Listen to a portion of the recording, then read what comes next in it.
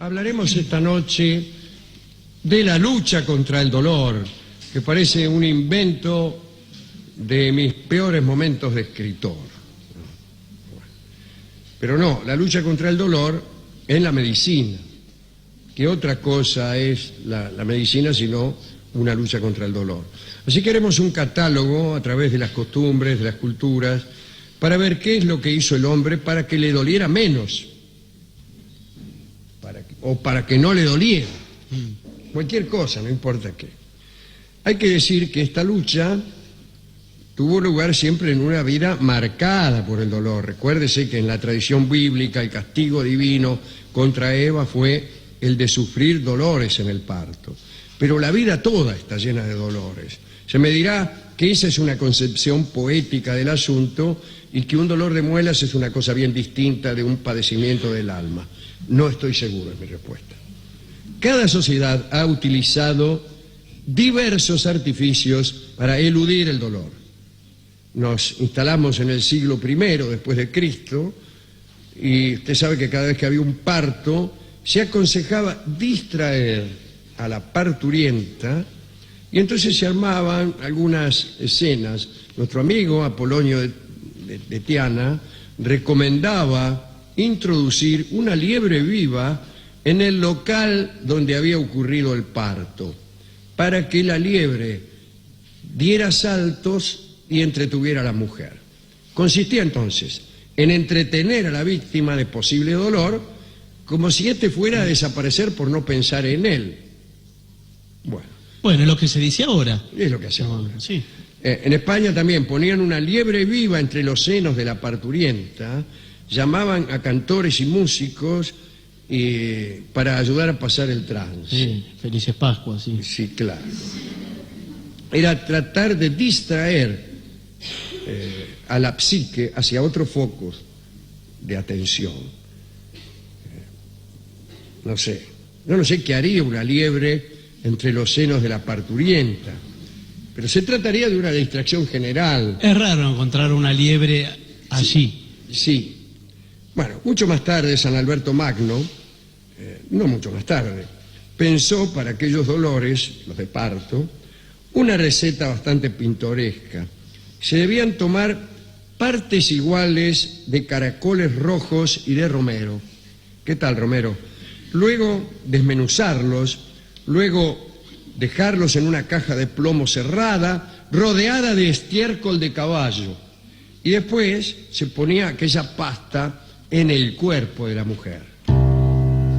Nótese que en aquella época el 30% de las mujeres fallecían de fiebres o infecciones al dar a luz.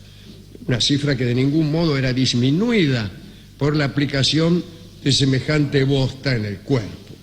Se usaban también por esta época brazaletes mágicos, anillos, piedras, collares, todo tipo de amuletos contra el dolor.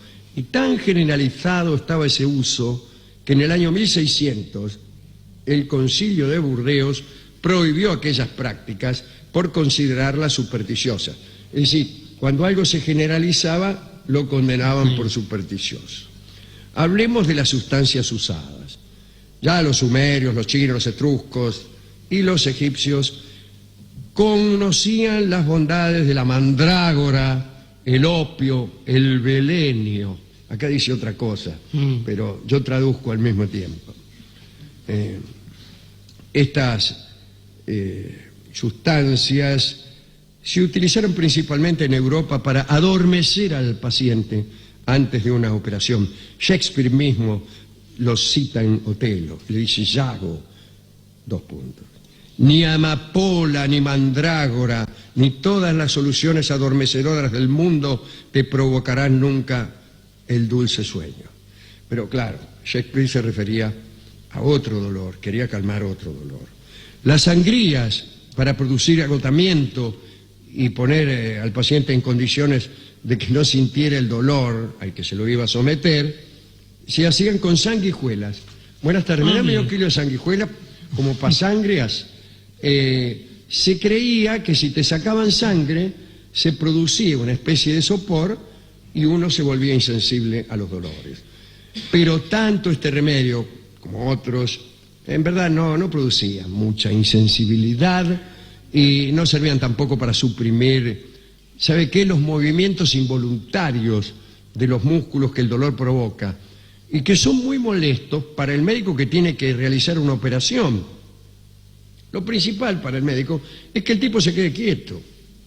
Si yo le quiero extirpar a usted el apéndice, Sí. permiso, y usted se sigue moviendo de este modo, señor, le voy a extirpar cualquier cosa menos el apéndice. Sí, es que no está ahí el apéndice. No. Quien utilizó exhaustivamente los específicos derivados de la amapola para extinguir dolores fue nuestra amiga Josefina, la primera esposa de Napoleón.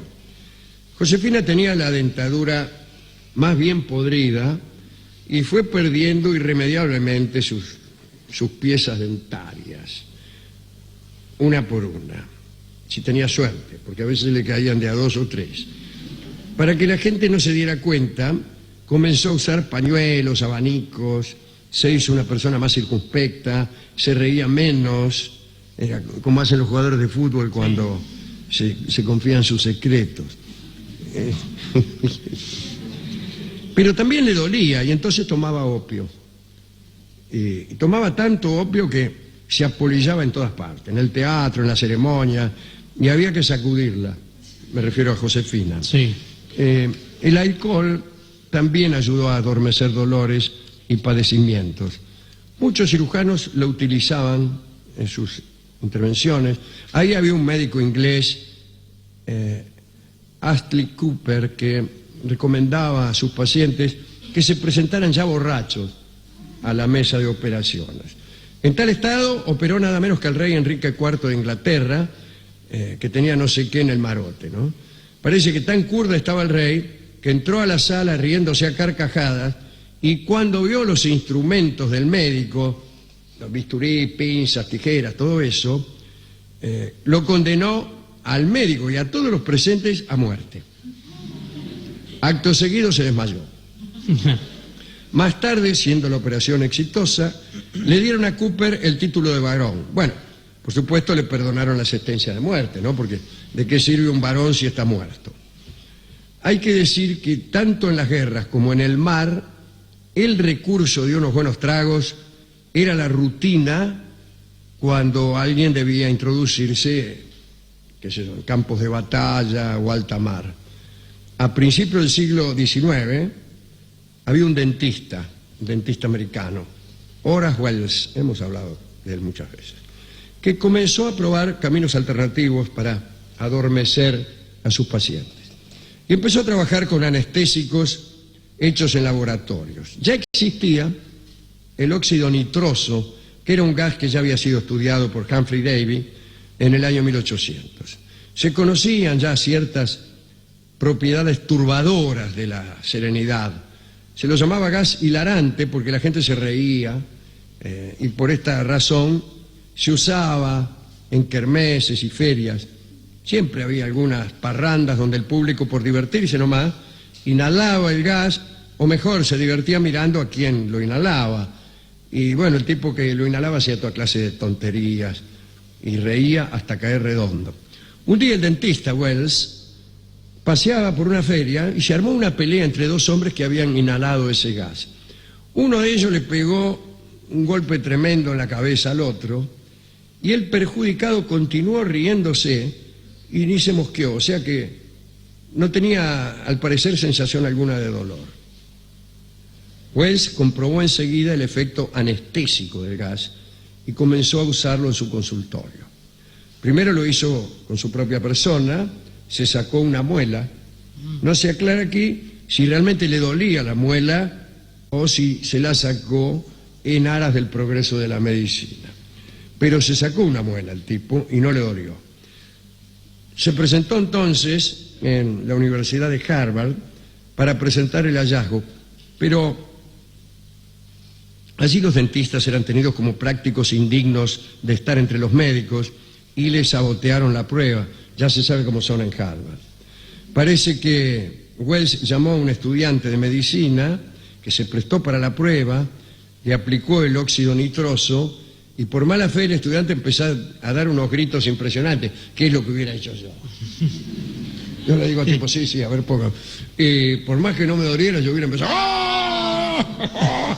Junto con todos los tipos, amigos míos, que eran los que estaban ahí chiflando y gritando. Pero, bueno, lo expulsaron a Wells.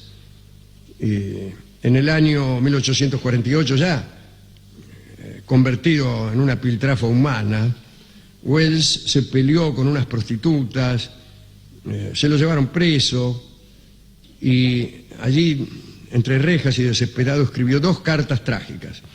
Una para pedirle perdón a su mujer, de la que no hemos hablado. No estaba en el Claro, a lo informe. mejor por eso le pide perdón.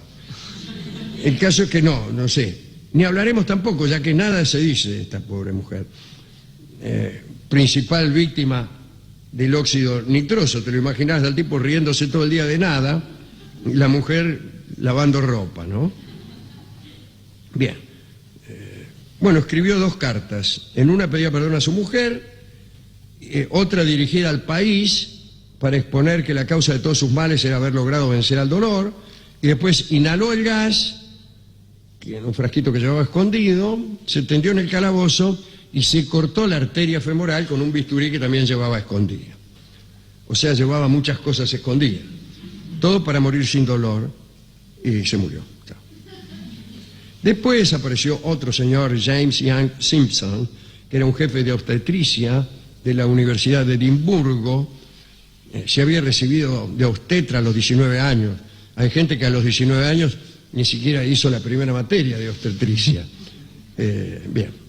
Según cuentan, parece que le molestaba mucho el sufrimiento ajeno.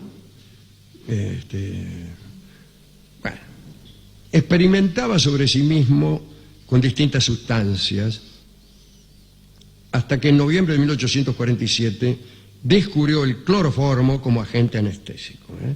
Ya alguien había trabajado, el químico francés Dumont había trabajado en esto, y cuando se enteró de los experimentos de Simpson, le mandó a pedir un frasco. Bien. Ahora, Simpson, para probarlo, invitó a cenar a 2 colegas, para probar el cloroformo, ¿no? Después del banquete decidieron hacer un ensayo ahí mismo. Llenaron de cloroformo sus vasos y empezaron a inhalar los vapores. Y lo que siguió fue una escena digna de ser vista, porque empezaron a hablar pavadas, les zumbaban los oídos, dejaron de sentir las piernas y los brazos y se cayeron al suelo. Y ahí estaba la mujer de Simpson, desesperada, que llegó y los encontró a los 3, las 3 eminencias en el suelo y sin conocimiento. Dijo, ¿qué es esto?, habrá dicho la mujer. Pero por suerte parece que habían inhalado poco cloroformo, si no hubiera sido una tragedia. Simpson quedó encantado con los resultados y empezó a utilizar el cloroformo con sus pacientes. Ninguno sufría dolor, los cirujanos pudieron empezar a operar con cuidado y la humanidad fue feliz para siempre. Bueno, no. Pero por lo menos le dolió menos. Algunas de las cosas que tomaban en el siglo pasado, como el opio, eran muy peligrosas. Bueno, vamos a hablar quizá el viernes sobre el opio y sobre la morfina, ¿no? Así que ahora no hablaremos de esto. Si alguna persona siente un poco de dolor, tenemos aquí cloroformo para que se lo hagan administrar. ¿A quién podemos dedicar esto? Bueno, a mí me gusta Wells y el otro también, el del Simpson, el dentista que se mandaba el cloroformo, ¿no? Y a todos los que han aguantado su dolor y lo han transformado en algo... Los que han transformado su dolor en piezas maravillosas de arte y de amor. Eso está bien también. Eso está bien.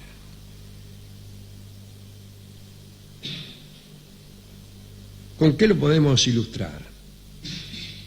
Es un título que bien puede haber salido del consultorio de un dentista, también dedicado a los dentistas. Es opúsculo sobre el dolor, ¿no?, al doctor Barragán. Esta canción se llama Ay de mí.